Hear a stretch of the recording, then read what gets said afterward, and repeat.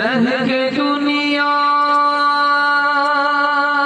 में बशर को नहीं ज़ेबा गफलत, मौत का ध्यान भी लाजिम है कि हर आन रहे। जो बशर आता है दुनिया में ये कहती है क़ज़ा,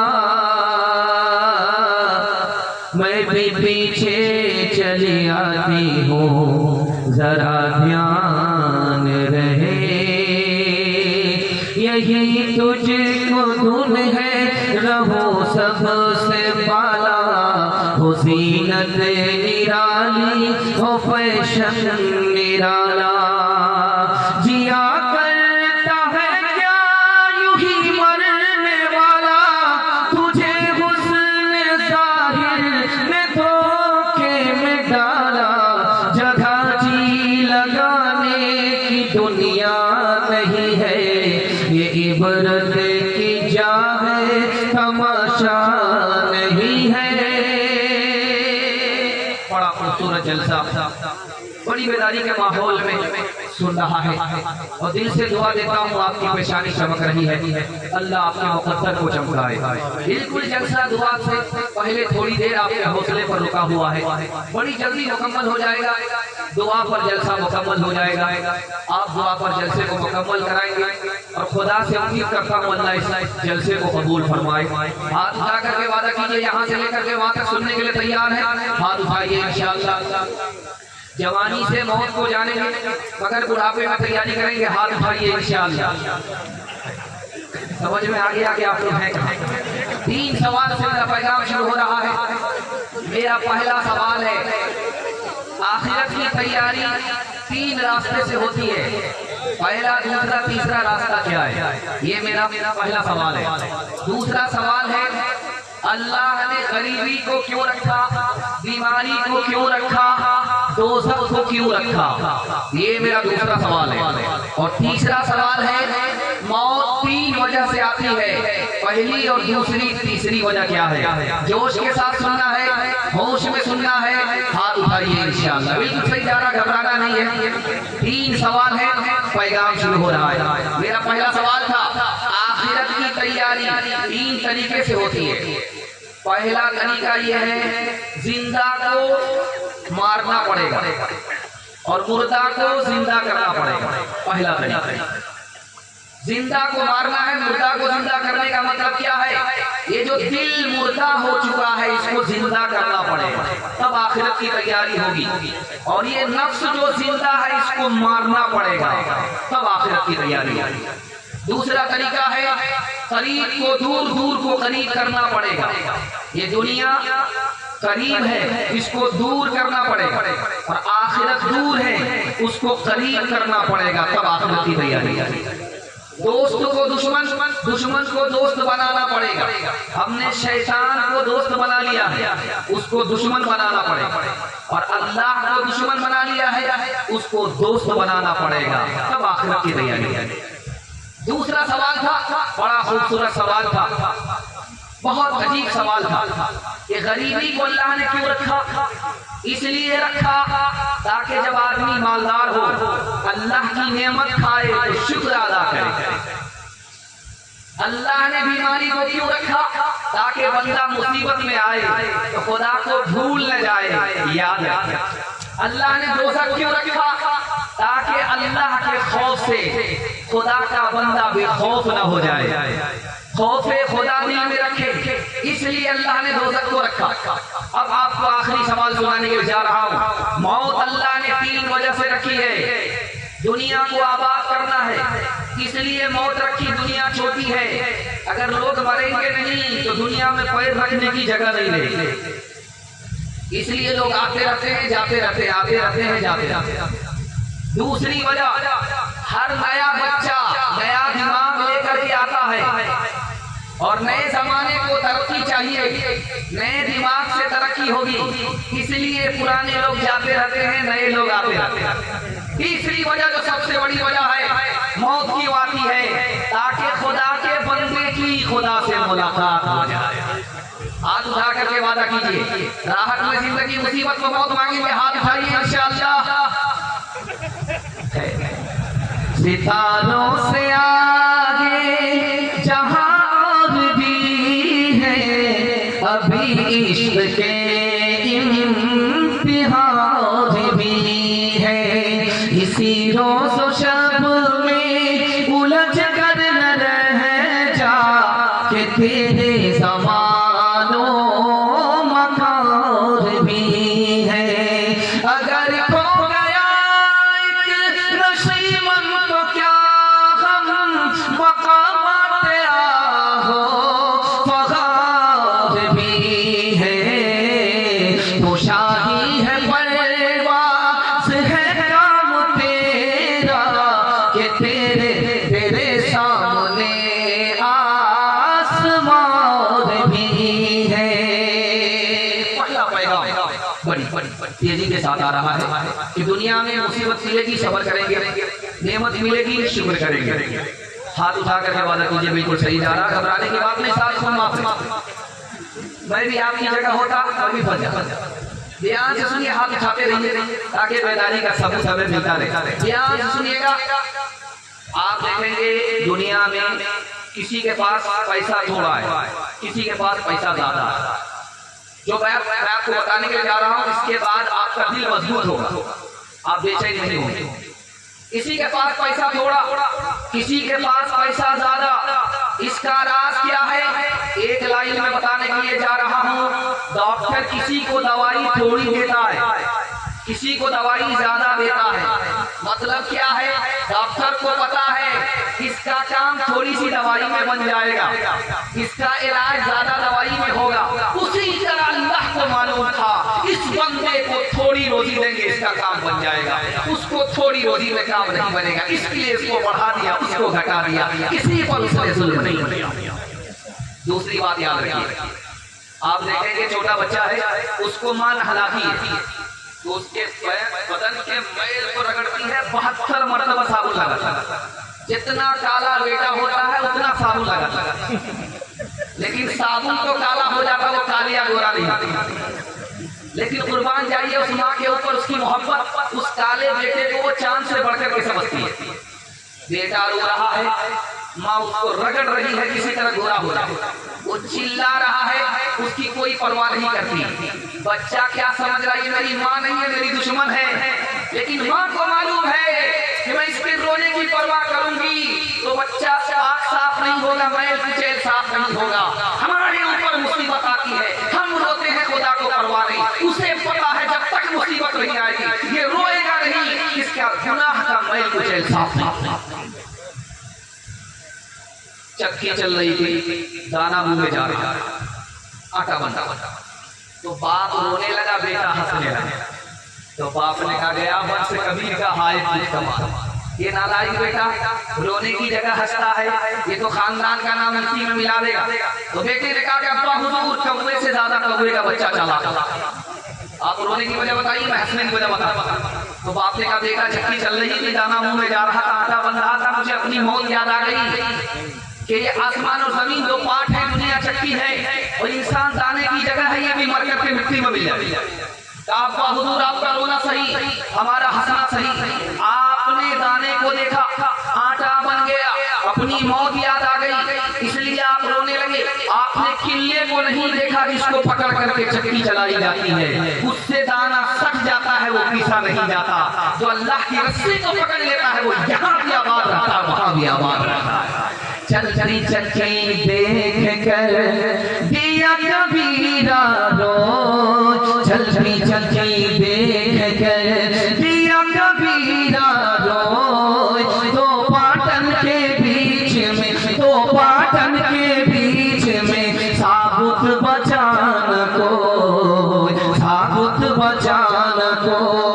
चलती चलती देख कर दिया कमाल भभाए, कील सहारे जो रहे, कील सहारे जो रहे, वो बाल बाल बच जाए, बाल बाल बच जाए। जाको रखे साइया मारे न सके कोई, बाल नबी का कर सके, बाल नबी का कर सके। सब जग पैरी हो, सब जग पैरी हो। एक मिसाल जल्दी से खत्म कर रहा हूँ। हिंदू मुसलमान भाईचारा को सामने रखिए और बराए साले सवाब ये जलसा ताज़ियती हो रहा है, इसको सामने रखिए। जल्दी से पैगाम अल्लाह सुनने के लिए मुकम्मल तैयार है? जो उसके साथ हाथ उठाइए इंशाअल्लाह। नमाज़े जनाज़ा मस्जिद में हाथ उठाइए इंशाअल्लाह। माशाअल्लाह, जोर का झटका धीरे से लग रहा है। मुकम्मल दिमाग को तैयार रखते हैं। अल्लाह का करम है कि इस ब्रेक आप लोग शुरू ही में मार रहे हैं, इसका मतलब है कि मुकम्मल तैयार होकर के सुनिए। ध्यान से सुनिएगा, जल्दी से निकल जाए। भिखारी थाली लेकर के सड़क पर खड़ा, अल्लाह के नाम पर दे दो, अल्लाह के नाम पर दे दो। थाली को भी इंशाअल्लाह एक आदमी आया, सरकार करके रुपया जेब से निकाला, उसको दिया। अरे अल्लाह का बंदा, तुम तो शरीफ आदमी हो, पैसा देने वाले हो, तुम सर झुका करके क्यों दे रहे हो? ये शर्म तो हम हैं कि सर उठा करके भीख मांगे, तुम तो देने वाले हो, तुम सर झुका करके क्यों दे रहे हो? उसने क्या जवाब दिया वो मैं आपको सुनाने के लिए जा रहा हूं। उसने कहा, अरे भाई मैं सर झुका करके इसलिए दे रहा हूं कि देने वाला मैं नहीं हूं, देने वाला ऊपर बैठा बैठा। उसने पहले मेरी जेब में पैसा डाला, तुमको जरूरत के लेकर के खड़ा कर दिया, मुझको तौफीक दिया, मैं तुम्हें उसी का दिया हुआ पैसा दे रहा हूं। काम तो उसका है, नाम मेरा हो रहा है, इसलिए मैं सर झुका करके शर्मिंदा। किससे सीखे खान जी ऐसी अनोखी बात, किससे सीखे खान जी ऐसी अनोखी बात। दाम गिरा से देवत हो, नीचे राखो ने, नीचे राखो ने। देने वाला देवत देवत है दिन रे, लोग भरम मुझ पर करे, लोग भरम मुझ पर करे। यहाँ से नीचे ने, यहाँ से नीचे ने। पहला पैगाम मुकम्मल हो गया। दूसरा पैगाम सीरत के हवाले से आ रहा है, सुनने के लिए यहाँ से लेकर के वहां तक तैयार है? जोश के साथ हाथ उठाइए इंशाअल्लाह।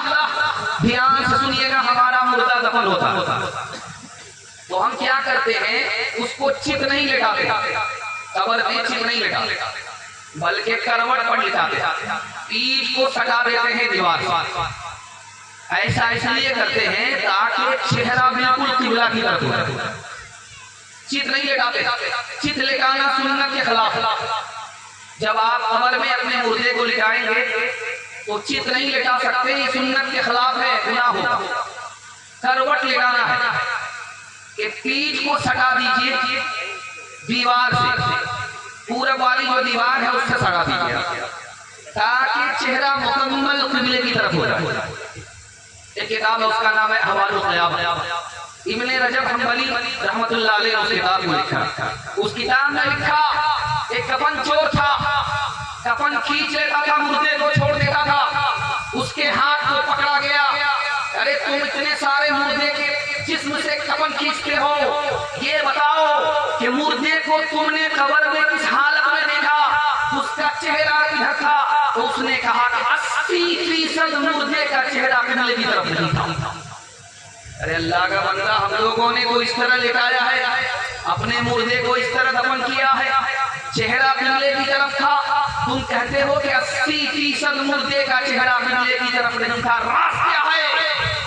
इमाम औज़ाई रहमतुल्लाह अलैह ने कहा, ये वो लोग थे जिनको लिटाया गया, खबर में चेहरा किबले की तरफ किया गया, लेकिन जिंदगी भर नबी की सुन्नत से मुंह मोड़ा। अल्लाह ने मरने के बाद किबले से मुंह मोड़ दिया। हाथ उठा करके वादा कीजिए, नबी की सुन्नत को सांस से पकड़ेंगे, जिंदगी भर अमल करेंगे। हाथ उठाइए इंशाअल्लाह। बेटा की शादी चली बनी होगी, हाथ उठाइए इंशाअल्लाह। शोर है हो गए, शोर है हो गए दुनिया से मुसलमान हो, हम ये कहते हैं कि थे भी कहीं मुस्लिम मौजूद, वज़्न में तुम हो नसारा तो तमद्दुन में हनो, ये मुसलमान हैं जिन्हें देख के शर्माए हो, कल्ब में सोच नहीं, रूह में एहसास नहीं, कुछ भी पैगाम मोहम्मद का तुम्हें पास नहीं, कुछ भी पैगाम शक्ल तुम्हारी औरत जैसी तुमने बना ली, सूरत कैसी, मोछ उड़ाए दाढ़ी बनवाए, औरत जैसी शक्ल बनाए, तुम्हें क्या हो गया है, तुम्हें क्या हो गया है, खैर का खाए अपना बचाए, उस पर मौज बनाए, तुम्हें क्या हो गया है, तुम्हें क्या हो गया है। तो पैगाम जल्दी से निकल रहा है, तो देख रहा हूँ आप थक चुके हैं, आपको थकाना नहीं है, जल्दी से मंजिल तक, साहिल तक आपको पहुंचा देना है। तीसरा पैगाम सुनने के लिए तैयार है? जिसके साथ हाथ उठाइए इंशाअल्लाह। यहाँ से सुनिए कि दुनिया की सबसे कीमती चीज खाने की क्या है? शहद है। शहद से बढ़कर के दुनिया की खाने की कीमती चीज कोई है ही नहीं। लेकिन आपने कभी गौर किया कि शहद तैयार कैसे होता है? फूल पर मक्खी आती है, उसको चूस करके मुंह से हलक के नीचे से उतार करके पेट में ले लेती है, और उसके बाद अपने छत्ते में आकर के उसको उल्टी कर देती है। अब गौर कीजिए, पेट में लिया हुआ रस उसे मक्खी ने उल्टी कर दिया, ये तो अल्लाह की कुदरत है कि उसमें खुशबू डाल दिया, वो खुशबूदार हो गई। लेकिन देखिए, शहद सबसे कीमती चीज हकीकत में क्या है? पेट की उल्टी है, मक्खी ने पलट। दूसरी चीज पीने की सबसे कीमती चीज एक ही है, उसका नाम है ज़मज़म।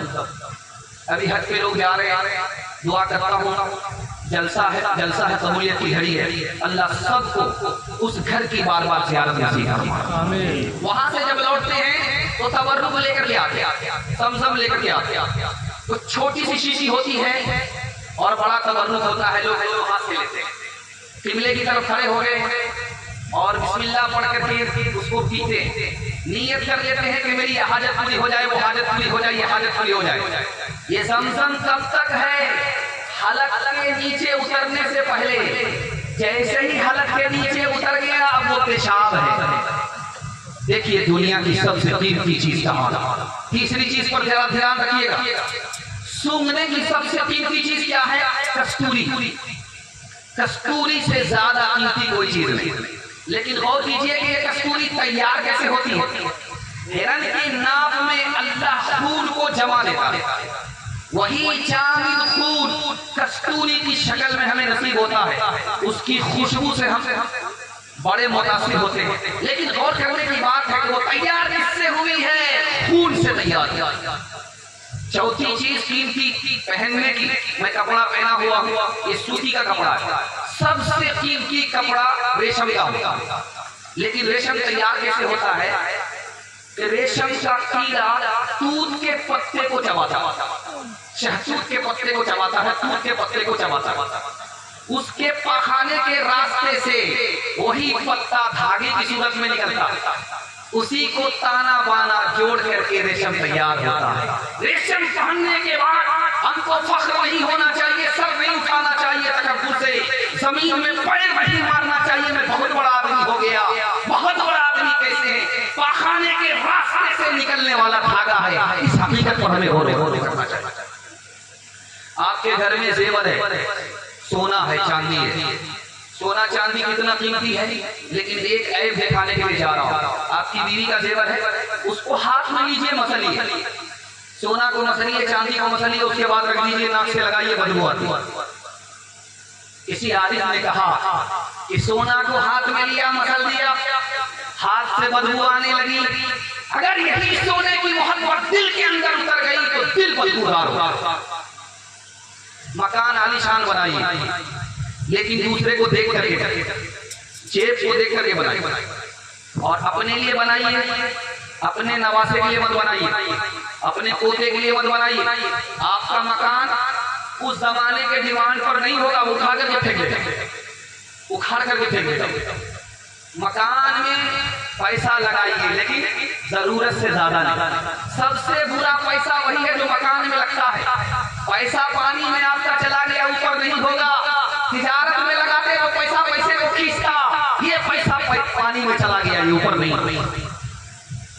मकान के अंदर दो आए, जितना भी बड़ा मकान बनाइए। उड़ीसा में जलसा हुआ, 3 करोड़ का मकान बनाया, उसका इक्तिता हुआ, उस इक्तिता पर 60 लाख रुपए खर्च किए। और कीजिए, मकान बनाया गया, मकान के अंदर 2 आए।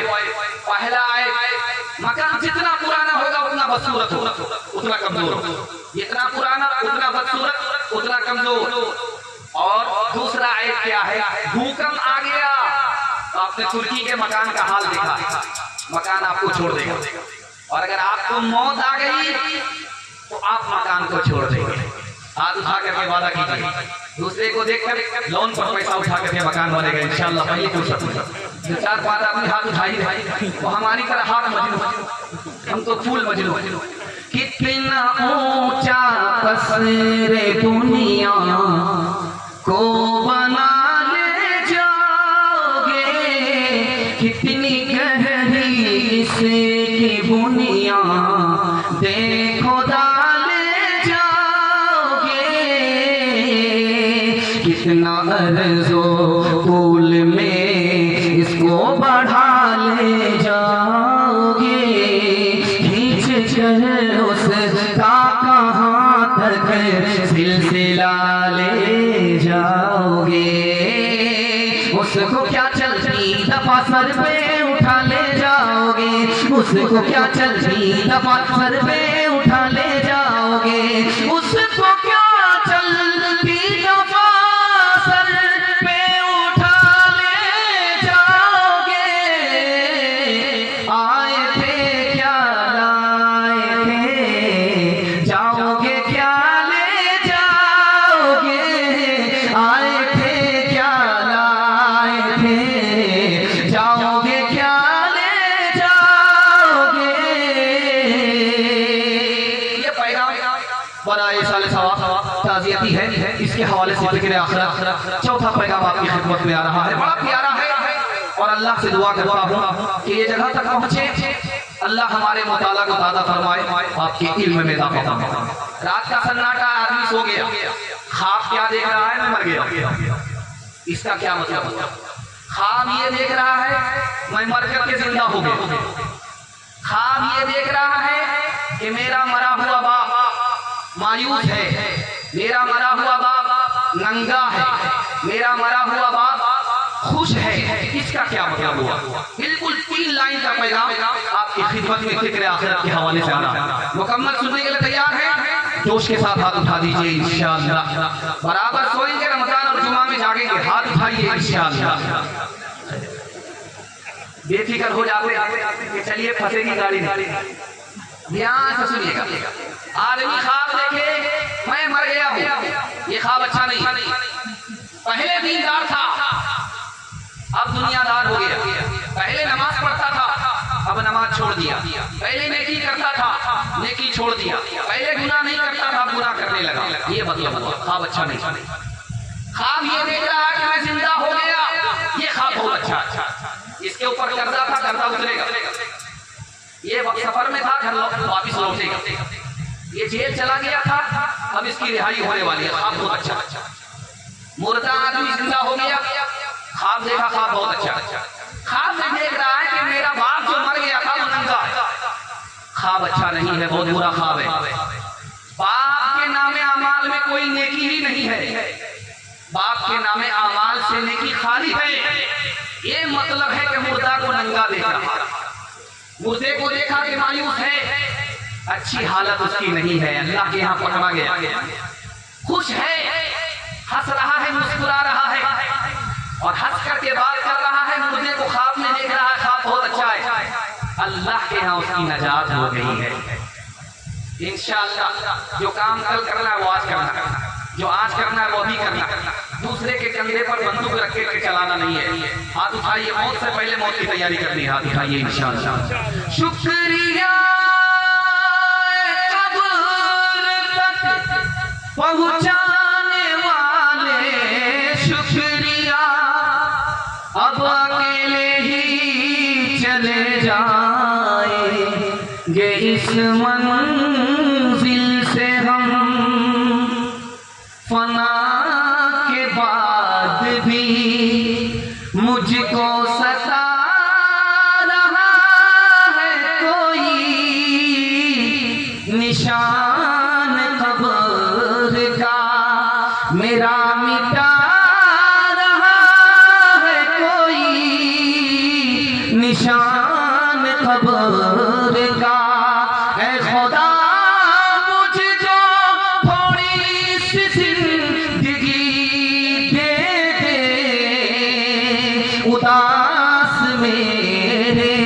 उदास मेरे जनाजे से जा रहा है कोई फना के बाद भी। कुरान को मजबूती से पकड़ लीजिए, अल्लाह आपको जहन्नम से जन्नत में दाखिल करवा देगा। हाथ उठा करके वादा कीजिए, कुरान से हमारा रिश्ता मजबूत रहेगा। हाथ उठाइए, बिल्कुल सही जा रहा। अखबार रोज पढ़ेंगे, कुरान कभी कभी। हाथ उठाइए इंशाअल्लाह। ज्यादा लोग ब्रेक मार रहे हैं, थोड़े लोग फिसल रहे हैं। खैर आखिर तक वो भी समझ जाएंगे। ध्यान से सुनिए। शादी हो गई, 1 साल गुजर गया, बाल बच्चा नहीं। 2 साल गुजर गया, बाल बच्चा नहीं। लोगों ने कहा तू कैसा मर्द है, शादी को 2 साल हो गए, कोई कैलेंडर ही नहीं छप रहा है। अब बेचारा मुंह छुपा करके चल रहा है समाज।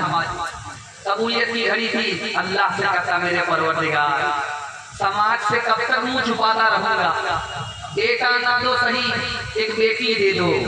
वादा करता हूँ जब उसकी शादी होगी, दुनिया की हर दौलत देकर उसको माला माल मालूम। कबूलियत की घड़ी घूम रही थी, दुआ कबूल हो गई, बेटी मिल गई। इत्तेफाक ये कि जब उसकी शादी की उम्र हुई तो जेब में फूटी कौड़ी हुई। बड़ा मायूस हुआ, दौड़ा इमाम शाफी रहमतुल्लाह अलैह के पास आया। क्या हुजूर खत्म हो गया?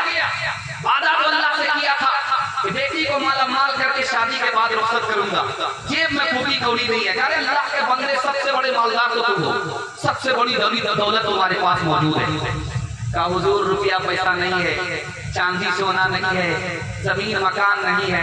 अरे अल्लाह की सबसे बड़ी दौलत तुम्हारे पास मौजूद है। तू कैसे कहता मेरे पास दौलत नहीं है? कुरान से बढ़कर के कोई दौलत नहीं है। बेटी को तालीम कुरान की दो, जब वो रुखसत हो जाए तो कुरान के साथ रुखसत कर दो।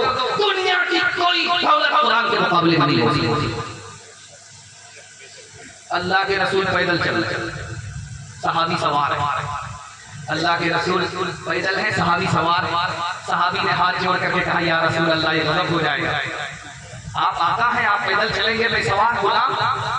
अरे ये तो पूछो कि मैं पैदल क्यों चल रहा हूँ तुम्हारे अदब में, और तुम्हारे अदब में पैदल इसलिए चल रहा हूँ कि तुम हाफिज़े कुरान हो। तीसरे पैगाम को आप जरा ध्यान से सुनिए। हमारे यहाँ हिंदुस्तान बहुत बड़ा होता। पैदा होने वाले लोग कम होते, मरने वाले लोग कम होते, पैदा होने वाले लोग ज्यादा। कोई फर्क नहीं पड़ता। लेकिन आप मदीने में देखेंगे कब्रिस्तान छोटा, पैदा होने वाले लोग कम, मरने वाले लोग ज्यादा। अब वहां होता कि इतनी जमीन कहां से लाएंगे?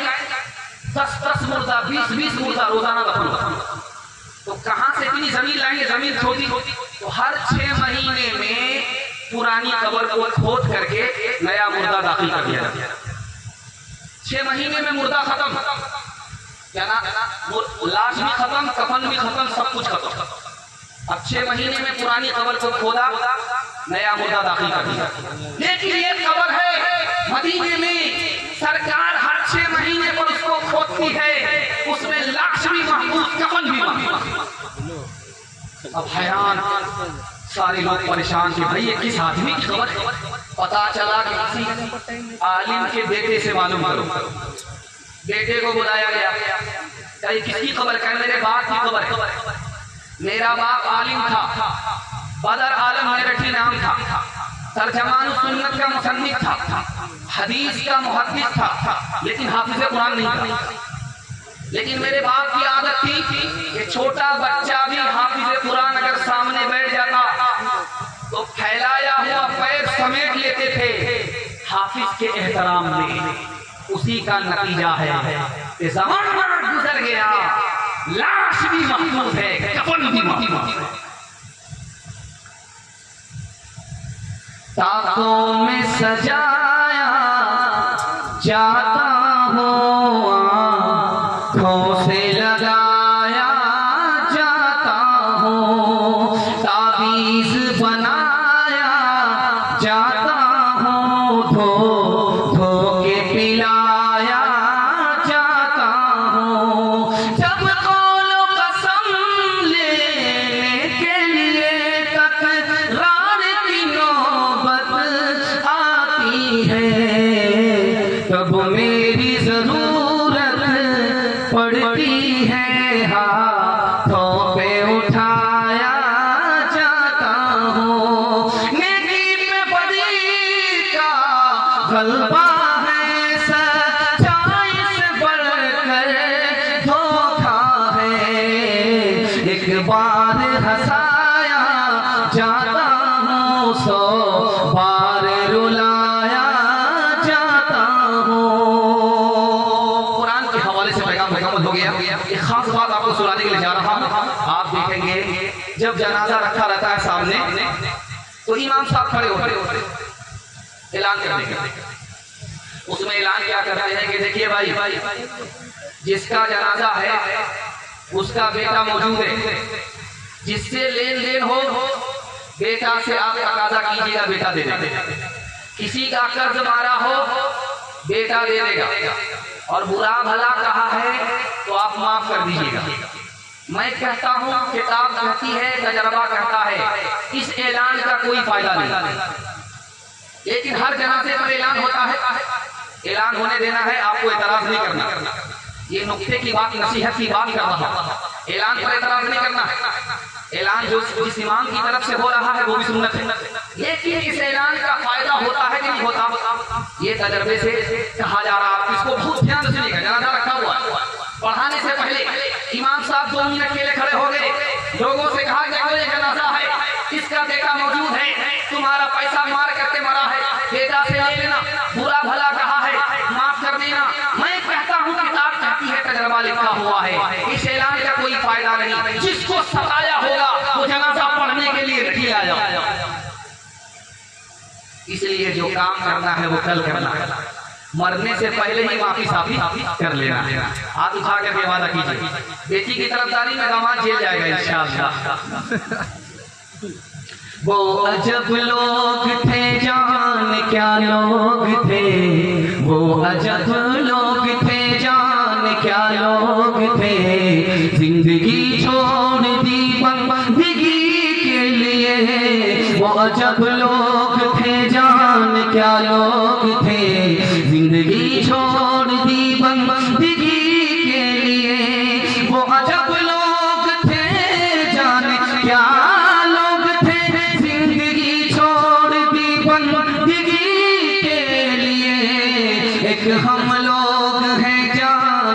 लोग हैं, एक हम लोग हैं, जाने क्या लोग हैं, बंदगी छोड़ दी जिंदगी के लिए। ध्यान से सुनिएगा। अभी आपके अगर बाल सफेद हो गए, ये खुशी की बात भी है और खतरे की बात है। जब दाढ़ी के बाल सफेद हो जाते हैं, सर के बाल सफेद हो जाते हैं, तो आदमी अपनी फिक्र भूल जाता, बेटा की फिक्र ज्यादा हो जाती, पोता की फिक्र ज्यादा हो जाती, बेटा के लिए ये करके जाते, पोता के लिए वो करके जाते, पैर लटक गया कमर में, अपने लिए क्या करके जा रहे हैं उधर ध्यान नहीं जाता। जानते हैं आदमी कंजूसी क्यों करता है? जेब में हाथ जाता लेकिन फकीर के लिए पैसा नहीं निकलता। क्यों? बेटा और पोता की मोहब्बत। आदमी हराम क्यों करता? टीवी ने ताना मारा, दुनिया कहां से कहां पहुंच गई, तुम वहीं के वहीं हो। अब आंख बंद करके मजनू कमाने लगता है, हलाल और हराम देखता नहीं है। आदमी जहन्नम में किसकी वजह से जाएगा? बेटे और बीवी की वजह से जाएगा। तो उसकी दुनिया बना दी, अपनी आखिरत बर्बाद। शादी का जब मौका होगा तो बेटा खामोश होगा, बाप बोलता है हमको अल्लाह ने क्या कमी दे रखी है, हम तो हाजी भी है नमाजी भी है, 4 चक्का दे दीजिएगा तो क्या फर्क पड़ेगा, आप ही की बेटी आएगी और जाएगी। कितना बड़ा भूमियार है, काम भी निकालना चाहता है, बदनाम भी नहीं होना चाहता। एक भूमियार था, दुनिया को ठग करके जा रहा था, बेटा से कहता बेटा 1 मिनट में फरिश्ता को ठग लेगा। बेटा कहता अब्बा हुजूर तेरे बाप की हिम्मत है, फरिश्ता को ठग लो बेटा 2 मिनट। तुमको करना ये है मैं मर जाऊंगा तो पुरानी कब्र में दफन करना, नहीं कब्र में दफन होगा। अब्बा हुजूर नया मुर्दा नई कब्र में जाता, पुरानी कब्र में क्यों जाना चाहते हैं?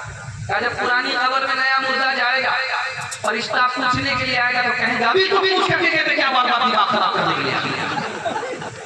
इंसाफ से बताइए, दिल पर हाथ रख करके बताइए, ये जो गाड़ी मिली है किसको मिली? बेटी दामाद। ये जो सामान मिला डबल डबल पलंग मिले किसको? बेटी दामाद को। ये जो बच्चे वाली भैंस मिली, गाय मिली किसको? बेटी दामाद को। इस बानर बाप को क्या मिला? नाना की हुंडी। ये दूसरे की दुनिया बना रहा है, अपनी आखिरत बर्बाद कर रहा है।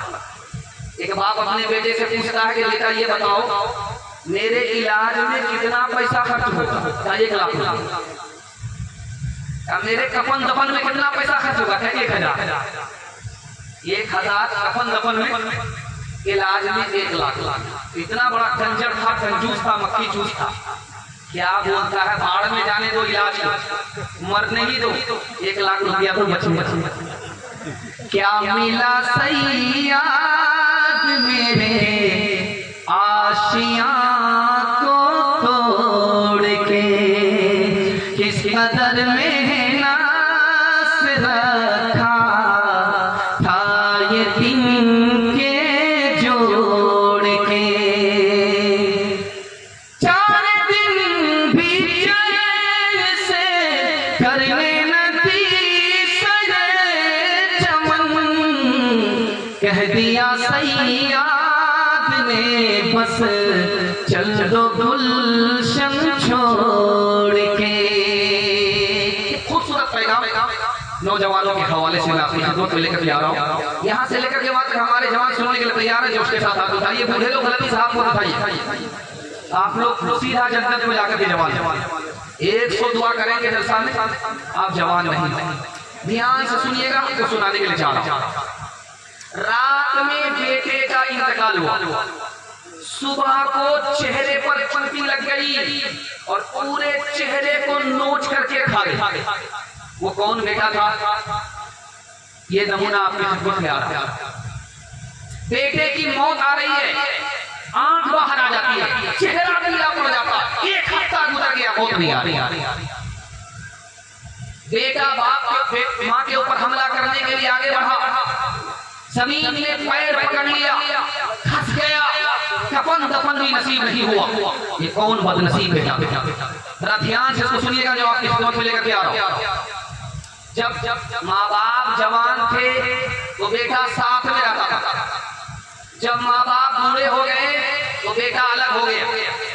माँ बाप बीमार होकर के मर गए, उस बेटे पर मौत से पहले अल्लाह का अज़ाब दुनिया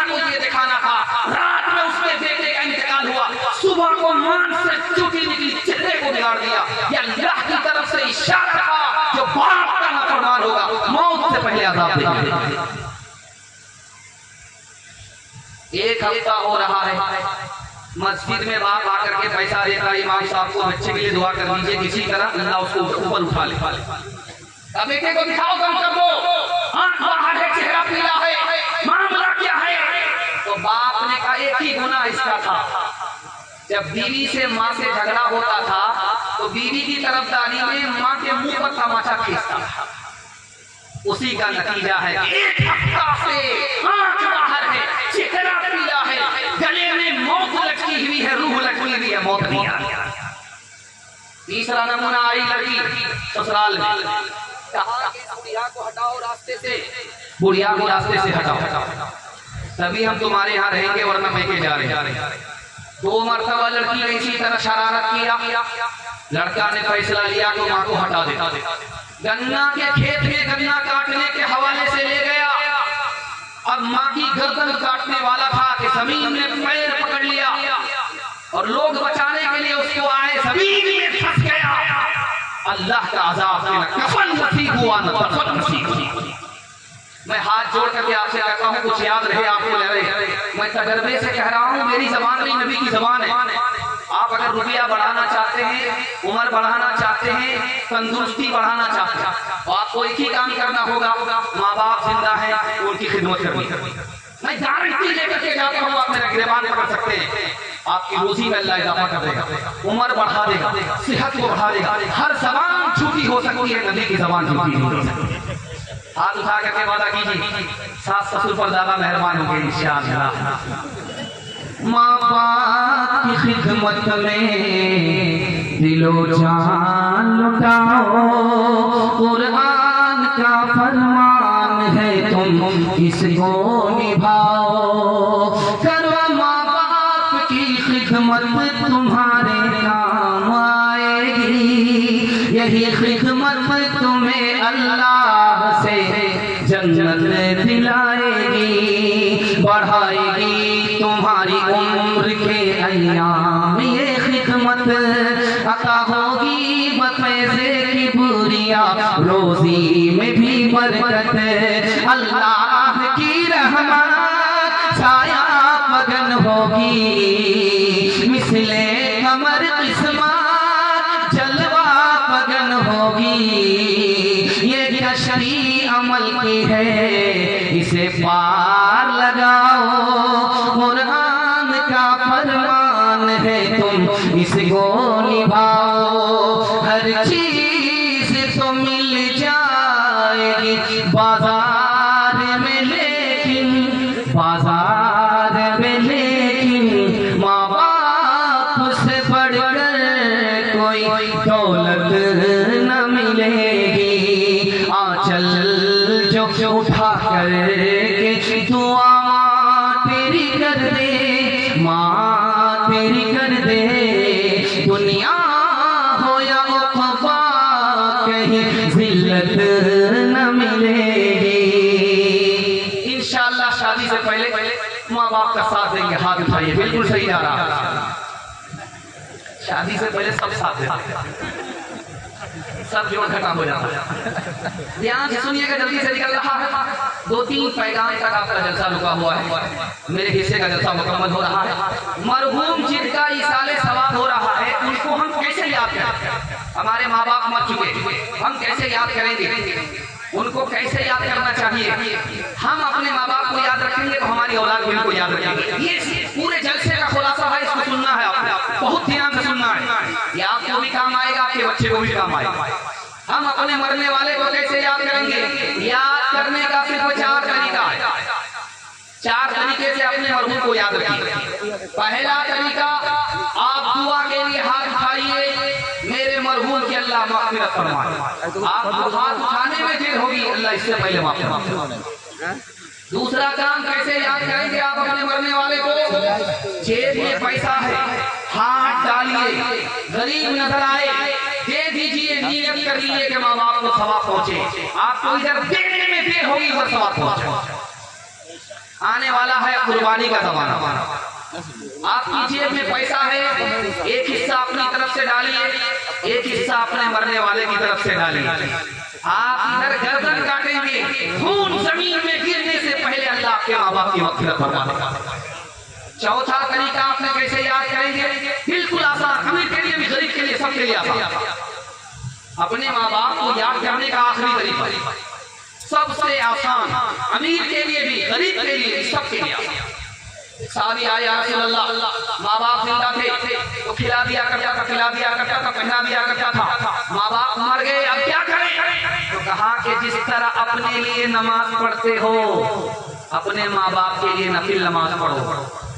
जिस तरह अपने लिए रोजा रखते हो, अपने माँ बाप के लिए नफिल रोजा रखो। कुरान की तिलावत कर दो। आपने इधर नमाज पढ़ी, रोजा रखा, तिलावत की, उधर सवाब पहुंचेगा। मरने के बाद भी नामे आमाल खुला रहेगा। हाथ उठा करके वादा कीजिए, इंशाअल्लाह अपने माँ बाप को याद रखें। बचाएंगे ज्यादा, खिलाएंगे कम। हाथ उठाइए इंशाअल्लाह।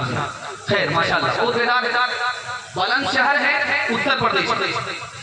तो मरने के बाद क्या होता है कि सारे रिश्तेदार पहुंच जाते, 2 मुट्ठी मिट्टी दिया और उसको उसकी कीमत वसूल करने के लिए दस्तरखान पर बैठ गए परहेजी खाने।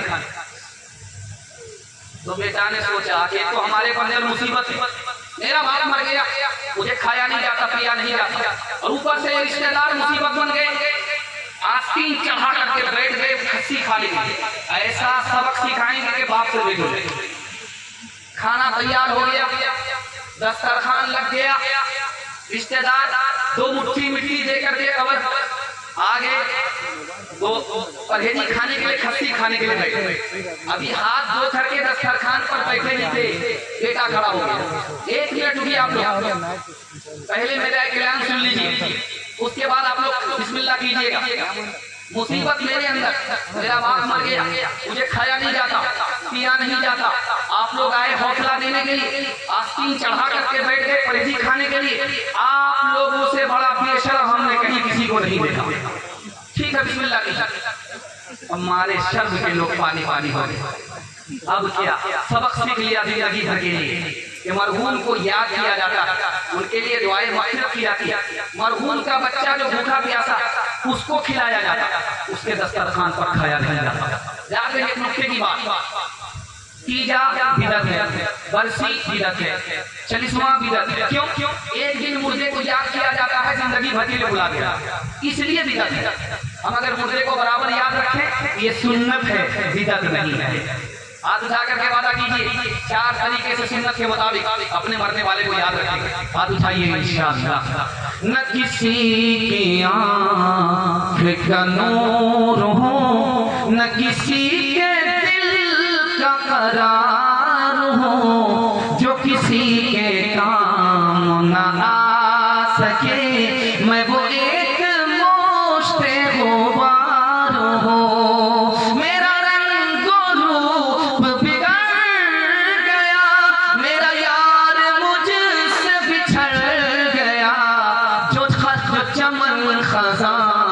से उजड़ गया, मैं उसी की फसले बहार हूँ। औरतों के हवाले से, जवान के हवाले से बोलेगा, 10 मिनट में ज़हमत दमा। हाथ उठा करके वादा कीजिए, साथ देंगे, दुआ तक जलसे को मुकम्मल कराएंगे इंशाअल्लाह। ध्यान से सुनिएगा, जवान हमारा बैठा हुआ, जवान को 1 साल में 10 साल के बराबर तरक्की होती, लेकिन मेरी नसीहत को बिल्कुल अपने दिल में जगह देना पड़ेगा। ध्यान से सुनिए, आपके घर में अंडा होता, उस अंडे को, कच्चा अंडा को आप तोड़ करके गिलास में डालिए, शराब के गिलास में डालिए। कच्चा अंडा उसको तोड़िए, शराब के गिलास में डालिए। वो इस तरह टाइट हो जाएगा जैसे आग पर, चूल्हे पर उबला हुआ अंडा। आप अकलमंद आदमी है, आपके लिए इशारा काफी है। जब गिलास की गिलास शराब अंदर जाती है तो अटली को इस तरह टाइट कर देती है जैसे उबला हुआ अंडा। आपके घर में गोश्त है, गोश्त के एक टुकड़े को आप पानी की बोतल में डालिए, दूसरे टुकड़े को आप शराब की बोतल में डालिए, 3 दिन के लिए आप छोड़ दीजिए, 3 दिन। उसके बाद आप देखिए, जिस टुकड़े को आपने पानी की बोतल में डाला वो असली हालत में रहेगा, अपनी हालत में रहेगा, रंग नहीं छोड़ेगा। और जिस टुकड़े को आपने शराब की बोतल में डाला वो चर्बी की तरह पीला पड़ जाएगा, उसमें गुबार छूटने लगेगा। यही हाल दारू का है। जब गिलास शराब अंदर जाती है तो जॉन्डिस से भी ज्यादा पीला अतड़ी को कर देगा।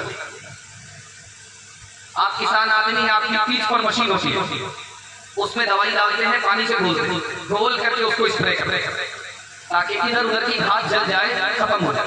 तजर्बा कर लीजिए, 1000 बूंद उसमें पानी की डालिए, सिर्फ 1 बूंद शराब की डालिए और 10 दिन फूल पर आप स्प्रे कीजिए, फूल मुरझा जाता है। और कीजिए, जब गिलास शराब अंदर जाएगी तो अंदर के फूल का क्या हाल होगा।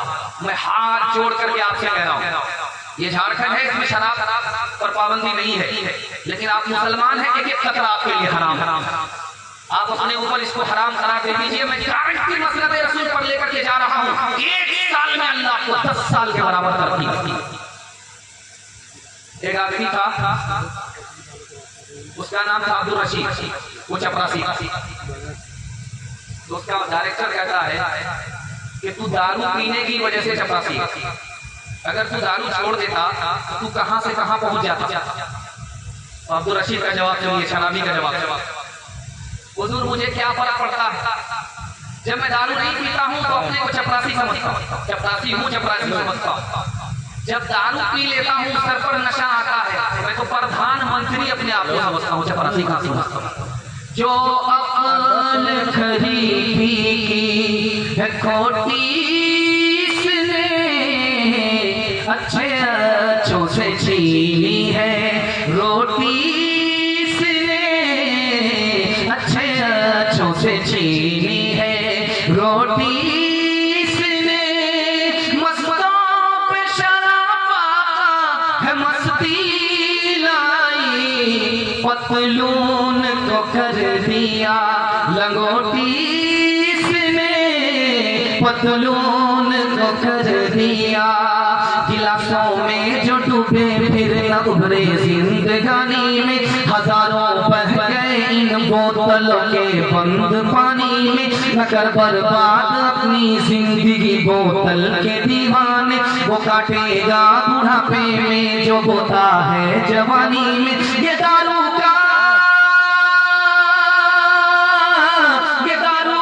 पियाला मौत का कड़वा पियाला है, मिला है जहर शरबत में, मिला है जहर शरबत में, छुपी है आग पानी में, मिला है जहर शरबत में, छुपी है आग पानी में।